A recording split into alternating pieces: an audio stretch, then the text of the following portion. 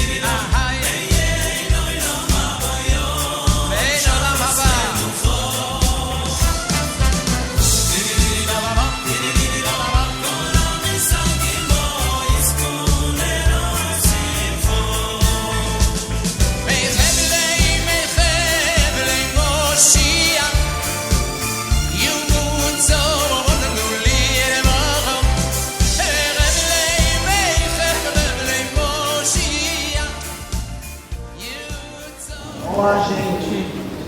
Boa noite a todos.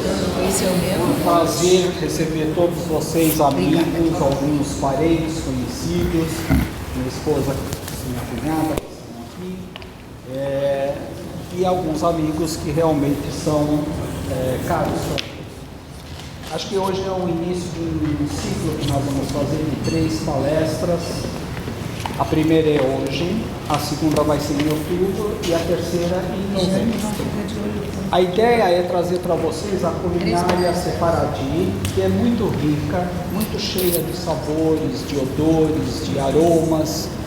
Então, para mostrar para vocês que não é um bicho de 7 cabeças, mas na realidade é uma culinária rica, é uma culinária que vale a pena ser conhecida, que vale a pena ser desenvolvida nas suas casas, com suas famílias, tá? A vantagem é que hoje eu estou fazendo a minha aula, dividindo o palco aqui com um grande amigo meu, o Bruno Slack, que na realidade é diretor-geral do Centro de Estudos Judaicos da USP, que eu fico muito feliz de poder dividir, entendeu, essa aula com ele, que tem um conhecimento vastíssimo de tudo, além do que é uma área da USP que a gente deve realmente frequentar, colaborar, porque o Centro de Estudos Judaicos tem um valor inestimável para nós, da coletividade e fora da coletividade. Faz um trabalho fantástico, tem alunas que fazem pesquisas importantíssimas, né? Eu vou deixar que o Bruno vai explicar tudo isso para vocês entenderem. Ele cozinha também? Em casa eu cozinho. Minha mulher é testemunha. É verdade. Sorte da sua esposa. É verdade. Um agradecimento especial a Nancy, que está aqui hoje nos prestigiando. Grande Obrigado, professora. Nancy. E eu vou deixar vocês nas mãos do Bruno e eu vou terminar o nosso jantar lá em cima, tá bom? Eu espero vocês lá em cima agora. Obrigado. Obrigado você, Gabriel.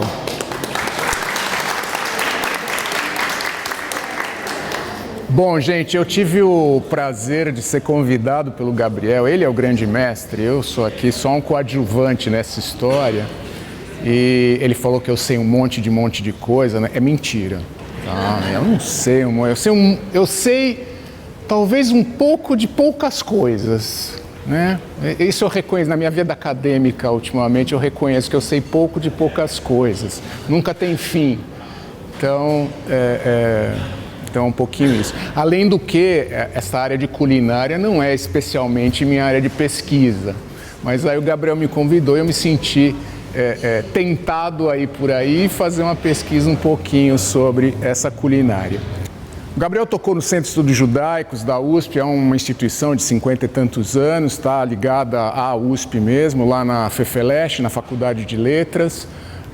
A gente tem tanto a graduação, não é do centro, mas é do programa de hebraico da USP, tem a graduação em letras, língua, né, em literatura e língua, basicamente, e em cultura judaica, cultura israelense. Depois nós temos os programas de pós-graduação, mestrado, doutorado e também pós-doutorado. Eu acabei meu pós-doutorado agora, pretendo começar outro daqui a pouquinho. Mas em outras áreas aqui. Então, como ele disse, é uma instituição muito importante para a gente em termos de pesquisa do conhecimento judaico, acadêmico, né? Então, quem tiver mais curiosidades, procure Centro de Estudos Judaicos da USP na internet, vai ter um monte de informação ali, tá? Então, vamos começar, porque o tempo aqui corre, e então eu vou começar aqui, né? Isso aqui está baseado na história do próprio Gabriel, que está no livro e tudo mais, que é essa coisa afetiva da comida no mundo da família, e principalmente nas famílias sefaradim. Eu sei que tem um monte de gente aqui que não sabe do que eu estou falando, e eu vou explicar. Tá? Então, eu vou fazer uma primeira pergunta para vocês, porque eu odeio ficar falando sozinho. Os judeus e a comida no mundo judaico é uma coisa super importante, nas famílias, nas ocasiões, nas festas.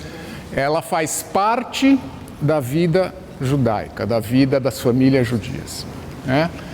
E a minha pergunta para quem puder responder é: existe algo que pode ser chamado de culinária judaica? Alguém quer se arriscar a isso?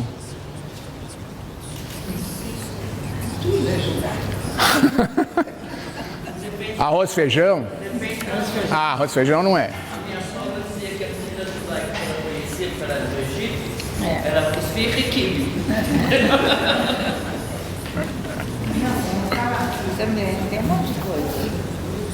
Mas dá pra gente chamar isso de culinária? O que é especificamente que a gente pode dizer isso caracteriza um prato como sendo uma comida judaica? O que caracteriza? Tem alguma... Então você vai falar assim, feijoada é uma comida brasileira. O chulen Bom, ok. Não, tudo bem. Gefilte fish, quer dizer, tem um monte de pratos e coisas que a gente, bate o olho e fala, isto é culinária judaica, isso é comida judaica, né? Mas eu acho que o aspecto central dessa resposta é que a culinária judaica na diáspora, que os judeus se espalharam pelo mundo depois que saíram de Israel, lá no ano 70 depois de Cristo, né, com a destruição do segundo templo, é a adaptação. Os judeus se espalharam pelo mundo inteiro. Então o aspecto principal da culinária judaica é que ela vai se adaptando às culturas locais, vai incorporando ingredientes, culturas culinárias, pratos, né? E ela agrega a isso a própria idiosincrasia judaica, ou seja, a gente falar das nossas festas, as festas judaicas, o Shabat, as leis dietéticas judaicas que chamam, como chamam? Kashrut. A Kashrut são as leis dietéticas judaicas que estão lá na Bíblia, né? Então tem uma série de restrições e questões que estão ligadas a isso. Então, esse caldo entre a própria cultura judaica, entre as festas, entre as famílias e aquilo que está fora, os países em que os judeus foram se espalhando, isso forma, de alguma maneira, o que a gente pode chamar, né, de culinária judaica, né? Uma característica importante desta culinária é que a culinária judaica ela é uma culinária de escassez, de pobreza. De maneira geral, os judeus viviam na diáspora em muitos locais, principalmente até o começo do século XIX, até o começo do século XIX,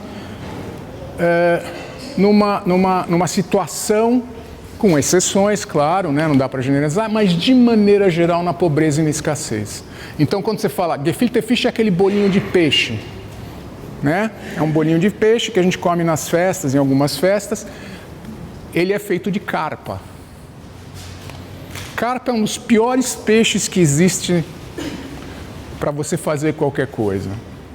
E justamente o bolinho, é porque não dá, comer a carpa como peixe não é legal, é ruim. Então o bolinho foi feito exatamente para poder aproveitar a carpa, né? Porque era a coisa mais barata, coisa mais fácil. Hã? Aqui é mais... Ah, não, aqui é porque a carpa é uma coisa europeia, né? E o knedel, essas coisas que são típicas da religião, né? Quando você não pode usar nada fermentado. Aí varia se acha que é nazi ou sefaradi, né? Depende. Usam. Não, não é a cultura culinária sefaradi. O knedel é a cultura culinária axã. Claro, é lógico, mas tudo bem, né? E é importante a gente salientar aqui que a questão da comida, como eu disse nas famílias e na história judaica, ela faz uma ponte entre gerações. Ela faz uma ponte entre gerações. Então, os mais novos vão aprendendo essa cultura e esse caldo através da culinária. Mas não é só o passado, é também uma carga ou uma potencialidade para o futuro, né? De alguma coisa que tem uma ligação, de alguma coisa que tem pertinência. Né? Então, esses são aspectos importantes. Tá? Então, acho que a culinária judaica é uma culinária de dispersão, uma culinária de adaptação. Tá? Aí, para a gente explicar um pouquinho algumas coisas, porque a gente está aqui num evento que vai falar de culinária sefaradi, tá? Então, Ashkenazim e Sefaradim são os dois grandes grupos judeus na diáspora, na dispersão, e basicamente, os Ashkenazim são essa coisa verde aqui, tá? Aqui é o norte da Europa, é a Europa Central, Rússia, a Europa Ocidental. Tá? Basicamente, a gente tem esse grupo, né? E as culinárias desses dois grupos são muito diferentes, até porque questões climáticas, questões de ingredientes, questões de cultura mudam tudo, né? Aqui a gente está numa região muito mais fria e aqui, né, a origem do Sefaradim, e aí tem uma diferença, não vou entrar nisso, senão a gente vai ficar horas, é na Península Ibérica, aqui em Portugal e na Espanha, quando eles foram expulsos em 1492 pela Inquisição, pelos reis, pela Reconquista na Espanha, eles se dirigiram principalmente ao norte da África, né? Ao norte da África, Turquia, Oriente, se bem que esta região já é uma região que existiam muitos judeus desde os anos 70 depois de Cristo, com a expulsão dos romanos, quando conquistaram Jerusalém no ano 70. Então, aqui já existiam judeus muito antes disso também. Tá? Então, essa faixa aqui é o que a gente pode chamar de Sefaradim. São judeus orientais. A gente chama de judeus orientais e são judeus sefaradim. Sefarad é o nome da Espanha em hebraico. Tá? A Espanha é chamada. E Ashkenaz é o nome da Alemanha, antigamente dessa região da Alemanha em hebraico. Então, vamos em frente. Então, como eu estava dizendo, esses Sefaradim, eles vêm, né, da Península Ibérica, basicamente, e com a expulsão eles vão se estabelecer na franja norte, ao redor do Mediterrâneo, tanto no norte da África, como ali nos Balcãs, na Grécia, Turquia, né? E Acho que vocês sabem que a Península Ibérica foi conquistada pelos árabes em 711, né? Pelos árabes muçulmanos, né? Em 711, e aí começa a grande influência sobre a culinária judaica, sobre esses judeus que ainda estão lá, vem essa influência da culinária árabe. Então, por isso que a culinária sefaradi ela é muito parecida com árabe. Então, assim, ladino é uma das línguas judaicas que se falava nessa região da Espanha, né? E que passou também a ser falada no norte da África e na Turquia, em regiões. Ela é muito parecida com o espanhol. Tá? E aí tem um refrão que diz assim: La mujer buena la casa vazia la se llena. Né? A mulher virtuosa faz a casa vazia ficar cheia. Por quê? Porque ela enche as panelas de comida. E como eu disse, a culinária judaica é uma culinária de adaptação. Ela então vai incorporando muito da cultura árabe, dos ingredientes, de tudo que é utilizado na culinária árabe como sua, e vai também contribuindo com as suas coisas, como eu falei, com as festas, com isso, com aquilo, vai se contribuindo muito com isso. Tá claro? E algumas coisas assim, né? Não é só culinária, é a decoração da mesa, são as cores, são os pratos, né? Aquela coisa, não sei se vocês já estiveram em alguma tenda beduína alguma vez na vida, por exemplo, né? Não sei se já, ou então uma casa de árabes tradicionais, todo mundo come do mesmo prato. Né? Hummus, por exemplo, tá lá o pratão de hummus, você pega a sua pita e vai comendo. Né? Fazer uma conchinha. Isso. Só não vale morder, isso é sério, não vale morder e colocar de novo, tá? Pôr direto, pegar outro. Tá? Vamos em frente. Bom, eu vou começar a falar um pouquinho de ingredientes aqui, especiarias, que fazem parte dessa culinária, de várias regiões e de várias origens. Então, o primeiro aqui é cuscuz. Todo mundo sabe o que é cuscuz? É uma sêmula, né? O cuscuz marroquino, chamado cuscuz marroquino, é uma sêmula, que é uma parte do trigo. É uma parte do trigo. Então, essa sêmula de trigo chama-se cuscuz. A origem dela é do Magrebe. O Magrebe é essa região aqui, ó. Espera aí, depois eu volto. É o norte da África, mas a porção mais ocidental do norte da África, que é Mauritânia, Argélia, Marrocos, Líbia, isso aqui é chamado de Magrebe. Tá? Então, a origem do cuscuz é aí, né? E é esse granulado. Aparentemente, parece que a técnica de cocção do cuscuz ela é africana, né? Tanto é que está ali no Magrebe. Se usa essa cuscuzeira. Isso aqui é uma cuscuzeira. Tá? Aqui fica o cuscuz para ser cozido e aqui vapor e ele vai caindo, né?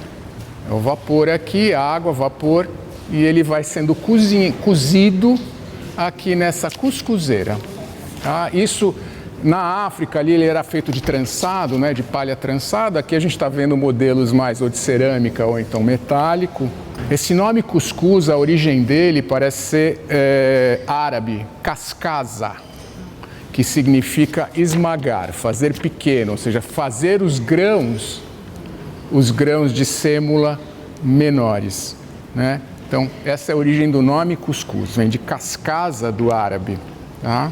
Sêmula é um grão? Não, sêmula é um pedacinho do trigo, é como se fosse o trigo. Usado muito na Itália. Muito, né? Se usa muita farinha de sêmula, né? É trigo. Na verdade é trigo. Cuscuz marroquino. Isso. Agora, o cuscuz brasileiro, que vocês também vão comer aí em cima, não tem nada a ver com a sêmula de trigo. Do que é o cuscuz paulista? É feito de quê? Milho, né? Farinha de milho. Tem nada a ver com a sêmula do... Mas na África, mais para baixo do Magrebe, eles fazem de vários tipos de milho. Deve ter. Mas fazem igual a gente faz aqui também. Vários tipos. Possivelmente. Aí eu não fui tão longe. Mas se diz que chama cuscuz o nosso, porque foi uma tentativa dos africanos de fazerem cuscuz. Provavelmente, eu não sei. Provavelmente essa é a origem mesmo. Com certeza. Como não tinha cuscuz aqui, então fizeram de milho. Com certeza. Vamos em frente. Maghreb está aqui. Outro ingrediente importante na culinária são as favas. Fava é essa vagem com essa sementinha, parece, como chama o japonês, edamame. Parece edamame, mas não é edamame, é fava, tá? E na antiguidade era um alimento de camponeses, né? Se usava muito no Egito e na Grécia. E a Bíblia judaica, né, a Bíblia hebraica, menciona a fava algumas vezes. O nome em hebraico é ful, né? E que podia ser muito armazenado, então ele servia para isso. Para vocês verem a importância que a fava tem na culinária sefaradi, o antigo nome espanhol da fava era judia. Até hoje, eles chamam eles chamam de judia. Ervilha, né? Esse tipo de leguminosa, esses grãos eles chamam de judia. Né? Para vocês verem. Tem vários tipos, porque já vi naquelas casas de grão, tinha Ah, sim, tem. A gente só está aqui no básico, mas tem, claro. Não, isso eu não sei te responder, sinceramente. Próximo. Famoso grão de bico. E aqui eu tô abordando o grão de bico, não o hummus. O hummus também é conhecido, o prato que vocês comeram, né? Que também é hummus porque é feito de grão de bico, né?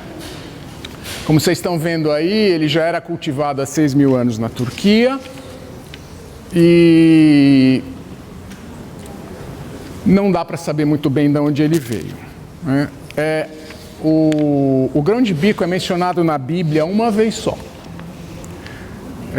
no profeta Isaías, que diz o seguinte: e os bois e os jumentos que lavram a terra comerão chimetz, grão de bico salgado, que foi peneirado com a pá e com leque. O nome em hebraico do grão de bico é chimetz, ou chimtza, azedo, né, que é o cognato do hummus árabe. Ou seja, né, então em hebraico chimetz. É claro que hoje em Israel, se você falar chimetz, provavelmente ninguém, né? Acho que ninguém vai nem saber o que é. Tô certo ou tô errado? Sim. Porque é Hametz. Porque hummus é grão de bico e hummus é o prato. As duas coisas. Como você diferencia? Como assim? Não, então, se é a mesma palavra, como se sabe se você está falando de uma coisa ou... No contexto, né? No contexto, Você né? fala, eu quero um prato de hummus, é isso? Prato de hummus é Eu quero uma maná de hummus, né? O prato tem outros ingredientes, né? Fala.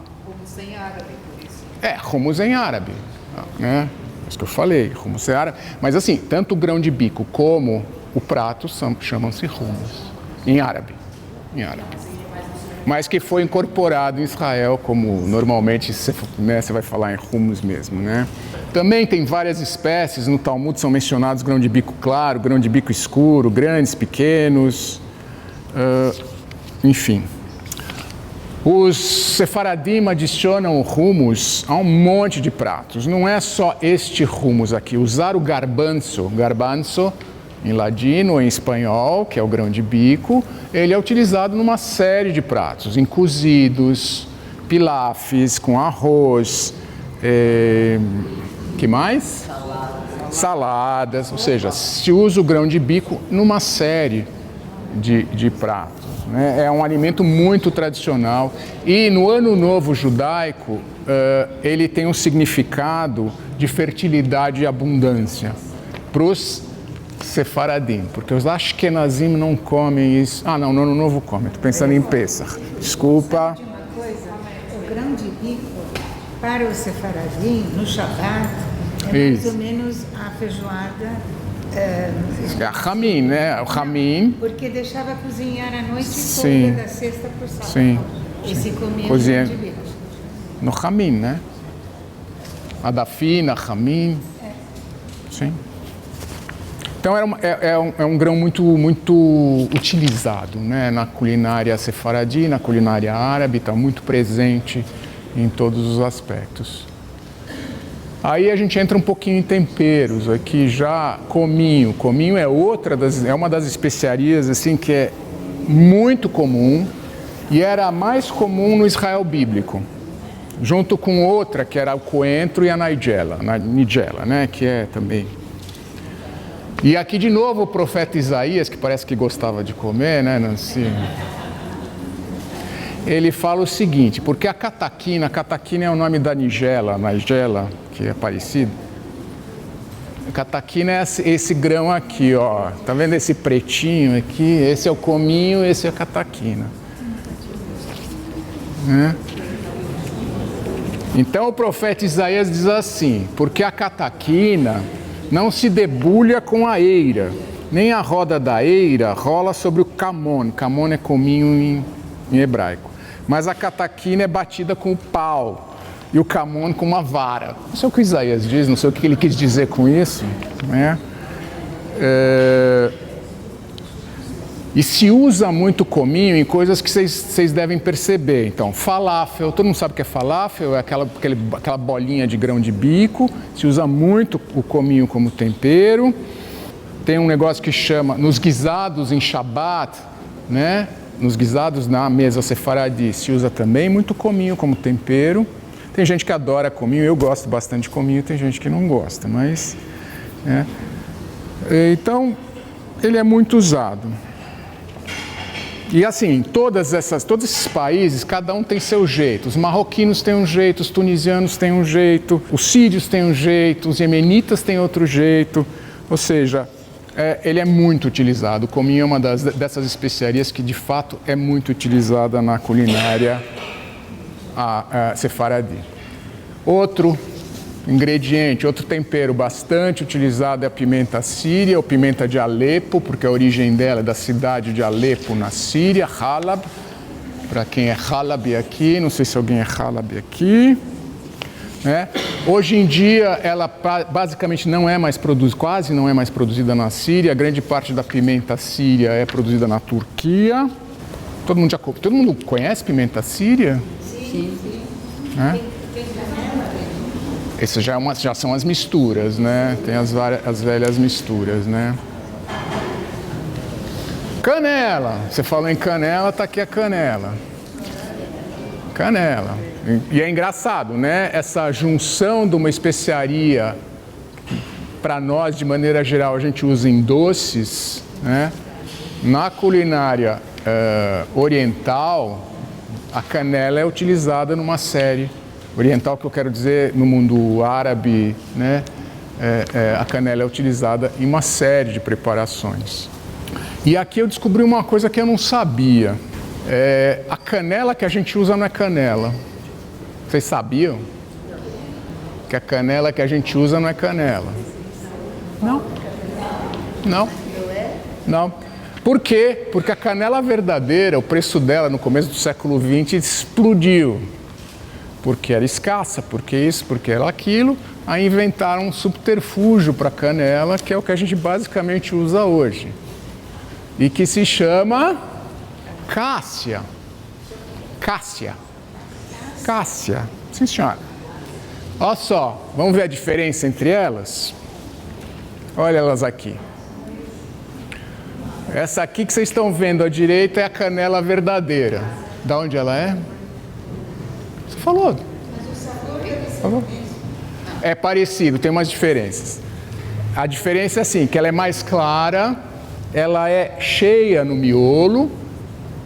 Estão vendo que ela é cheia no miolo? E a cássia é mais escurinha e vazia no miolo, oca. Né? o amargor, né? Isso, então deixa eu ver se eu tenho aqui. Isso, tem umas diferenças. Ah, falava, né? Tinha alguma coisa. Tá aqui. Não, eu tinha pegado. Não, a Cássia. Canela é do Ceilão. Bom, Cássia não. Da Ceilão. Ceilão, né? A canela é originalmente do Ceilão. Tá? Então ela é muito cara. Isso, ela chama canela Ceilão. Foi mais ou menos no século XII que a canela e a cássia as duas, elas têm sabores um pouco diferentes, né? Uma é mais forte, uma é mais adocicada, uma é mais delicada. Foi no século XII que elas começaram a ser utilizadas bastante na culinária árabe. E como eu disse, ela é usada em cozidos, em tagines, em sopas, arroz, chutney, bebida, vinho, bolos, frutas, etc, etc, etc. Outro, famoso açafrão. O açafrão é aquele, vem do árabe asfar, que é amarelo, tá? E é a especiaria mais cara do mundo. Vocês já tentaram comprar açafrão verdadeiro? Ele é vermelho, né? O vermelho não é o verdadeiro. A flor é vermelha, a flor, mas ele não. Ele fica amarelo. Ele fica amarelo. A flor é vermelha. Eu vou mostrar a flor para vocês. O açafrão não é uma lenda que ele teria vindo de Milão, um pintor de igreja que foi pintado Para fazer corante. Para ser corante. Ele era corante. caiu em cima de comida. Você não sabe. Isso eu não sei. É uma lenda. E olha só, por que ele é tão caro? Vocês estão vendo por que ele é tão caro? Dá para ler aí porque é tão caro? Quanto você precisa de flores, de campos de açafrão para fazer uma quantidade mínima de açafrão? Mínima. Então por isso ele é muito, muito, muito caro, né? Voltando para a Bíblia aqui um pouquinho, ele é mencionado também uma vez, é chamado de carcom. Cúrcum é cúrcuma. Carcom é outra coisa. É mais ou menos a mesma. E está citado no Cântico dos Cânticos. No hebraico moderno ele chama zafran, né? E o cúrcum, né? Virou a cúrcuma, né? Que é um substituto pobre do açafrão aí para colorir. Mais ou menos a mesma coisa que a canela. Dizia-se que o açafrão, vocês sabem que no templo lá em Jerusalém, os sacrifícios e tudo mais, tinha uma série de especiarias. Chamava-se Kitoret Samim, era uma série de especiarias, e o açafrão era uma dessas especiarias do Kitoret Samim. Outra coisa interessante, tem um Midrash. Midrash são uma das histórias do Talmud, o Midrash Sechel Tov, do Menachem ben Shlomo, da Itália, do século XII.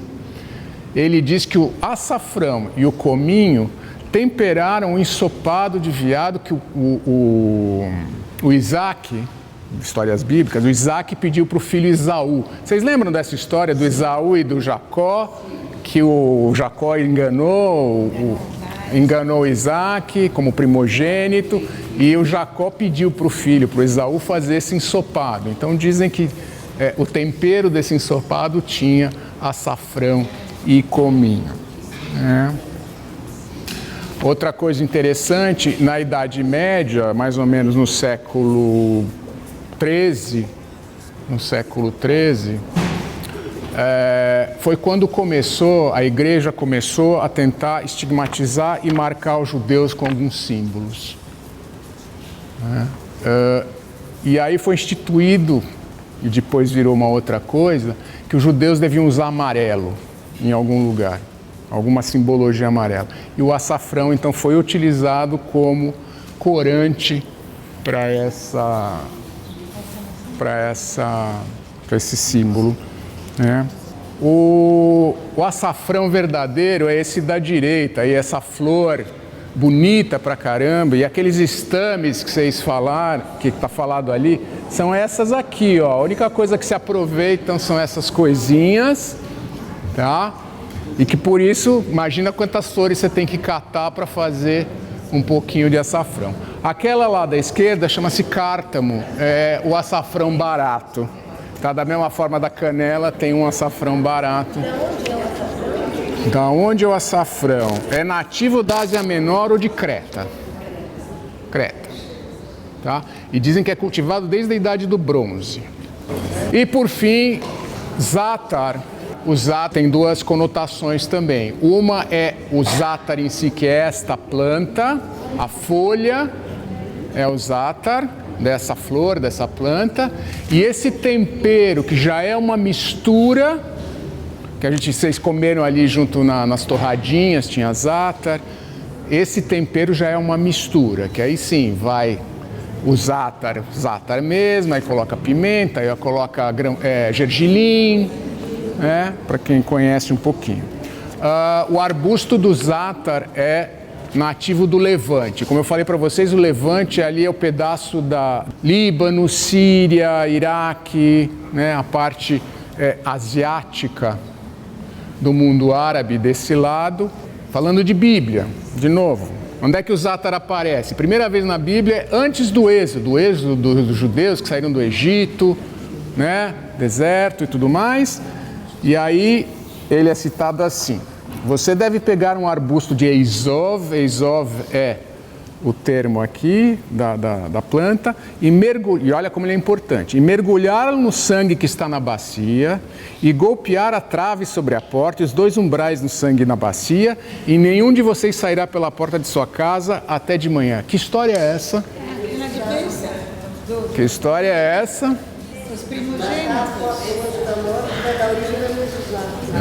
Exatamente. Essa história remete às 10 pragas. 10 pragas. A 10ª praga era a morte dos primogênitos.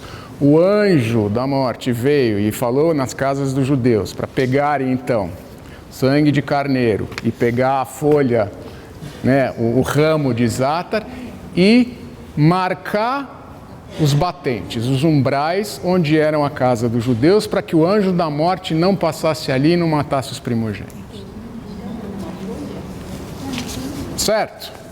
Então essa história está citada na Bíblia, citando o Eizov, que era isso. E ele é incorporado, em função disso também, em 2 grandes ritos de purificação bíblicos. Uma era como cura para lepra. Lepra, na época, um fenômeno importante, e o zátar tinha um pouco nesse ritual de cura. E um outro ritual que é uma mitzvah, que é a história da vaca vermelha. Não vou entrar nos detalhes aqui da vaca vermelha, que era toda uma mistura ali, porque para remover o contato com o cadáver, para limpar da impureza, né? Então tinha toda uma história, principalmente dos sacerdotes se purificarem, então através do zátar. O zátar no antigo Israel era uma das ervas predominantes, junto com o sea, savoi, tomilho também. E por causa dessa história do Egito, né, de pintar, o zátar é usado muito como proteção para os primogênitos, né? Tem um pouco desse folclore, no sentido de... então no Seder, é o jantar festivo, onde se conta essa história da saída dos judeus do Egito, né? Então ele simbolicamente está presente também para lembrar dessa passagem. Hoje em dia ele é muito usado com especiaria, mas se coloca também em saladas marinadas para temperar. Aqui tem os pratos, eu vou deixar para o Gabriel lá em cima, tá? Gente, dúvidas, perguntas, comentários, antes que vocês queiram de novo comer. Fala. Uma vez eu recebi um saquinho com folhas secas e a pessoa me disse, olha, é folha de canela, você usa como se fosse. Realmente tinha um cheiro de canela. Nunca vi folha de Eu fiquei usando canela. aquilo um tempão. Ah, é? porque era Pra temperar. canela mesmo, Eu cozinhava junto. Não, é muito parecido, né? Na verdade Não é muito sei do parecido. que era então, né? Não, deve ser de árvore de canela. A canela é de uma árvore, né? A canela é um tronco de uma árvore, na verdade. É a casca do tronco. Então deve ter essas folhas que com certeza devem ter esse sabor. É. Mais alguma coisa? Sim, Nancy. Nos doces, Não sei. entra nos doces. Não, entra nos doces, sim, nos docílios principalmente, né? Mas eu nunca vi na culinária judaica. E flor de laranjeira. No café também, né? Usa pra misturar, No café é o cardamomo, se coloca. não, isso Hel. Hel. Hel. Coloca Sim, o açúcar da gosto. sim. Mas Não sei, Nancy. água de rosas e flor de laranjeira se usa nos doces. Sim. Aquele xaropinho que joga Sim, em cima do ataif. Oh, não deve diluir, senão passa gosto. põe no ataif. Não atai. Oh. Muito bom. Mas o atay que tem aqui é diferente do Egito, que é frito. Aqui o atay ele é totalmente diferente. Não sabia. Frito, ele é muito mais gostoso ainda. Uma delícia. Uma delícia. Gente, obrigado para vocês.